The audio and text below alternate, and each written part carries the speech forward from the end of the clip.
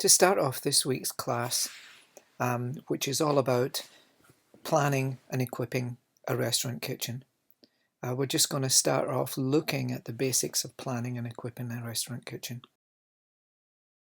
Probably the biggest investment when you're opening a new restaurant is the kitchen.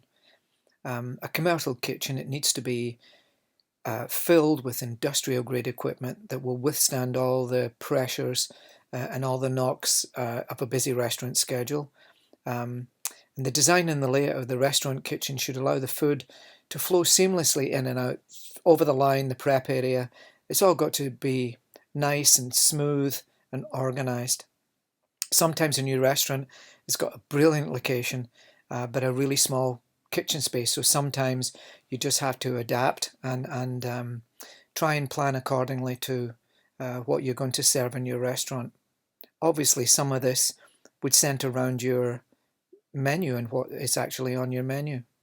The kitchen is the heart of your restaurant. It's where your menu comes to life, where the food's prepared and cooked and plated. It's where the dirty dishes are brought in. It's where food is stored. It's where all your utensils, your dishes, and your cooking equipment is all housed in the kitchen. And unlike your kitchen at your home, where it's just you and your family, a restaurant kitchen has dozens of people going in and out at any given time. So it's important to be organized. A place for everything and everything in its place. This not only saves time during busy rushes, it helps to keep the kitchen nice and clean. It's important to know the difference or to realise what the difference is between commercial ovens and ranges and the sort of ovens and ranges that you would have in your house. Commercial ovens and ranges are specifically designed for high volume cooking. They're one of the most expensive pieces of equipment you'll buy. A good commercial range can last for a long, long time, but they also cost a lot of money. The type of food in your restaurant menu really dictates what type of commercial range you're really going to need. For example, if you're going to have a lot of barbecued items on your menu, you're going to need a good sized grill. If sauté dishes are going to be on quite a lot, then maybe a 6-burner commercial gas range is ideal. Remember, you're also going to need a heat and ventilation air conditioning system and hoods and fire safety, but the hoods are really, really expensive. So we have to think about all of these things going forward. A good thing to do also when you're starting your restaurant or you're equipping your kitchen is to consider leased or even used kitchen equipment. Certain pieces of restaurant equipment are ideal for leasing, can save you a lot of money. We're going to look at that in a wee bit more detail in another presentation today. But buying used also is good because we're talking about commercial stoves, ovens and that sort of thing, and they're heavy duty, so they last a long time. Ice machines, which I despise, by the way, because they're such carriers of disease, but they don't last any more than a couple of years, so once they break, they're really expensive to repair, so that's a good thing to lease. Commercial oven, as noted above, is ideal for buying used because, like I said earlier on, they're heavy duty and they last quite a long time, and if they're not quite working, it's worth the investment to fix them to get them to work. Keeping costs low in the kitchen.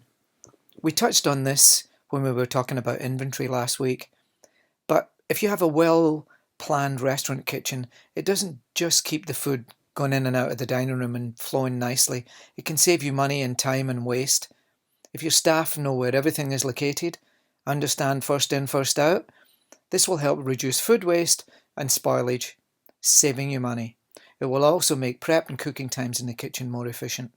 Keep your restaurant clean, because nothing's going to ruin a restaurant's reputation faster than a case of food poisoning. A clean kitchen is absolutely essential. Regular cleaning schedules, all of that sort of stuff. I don't need to go into that in detail. If your restaurant's open 7 days a week and it's open all year long, you should shut down for 3 days and get it cleaned either commercially by another company, which will cost you more money, but it's really worth it. When I worked in Poole Court, which is a 2-star Michelin restaurant in England, on Saturday night after service, everything got moved. We would power wash the kitchen before we went home for our 2 days off. You can outsource your cleaning. It does cost you quite a lot more money, but sometimes it's really worthwhile. And the hoods, our kitchen porters used to take the filters from the hoods every Sunday evening. They'd be soaked overnight, then scrubbed and cleaned and put back up on a Monday morning ready for the week. But hoods are fire hazards and they're very, very important to keep clean.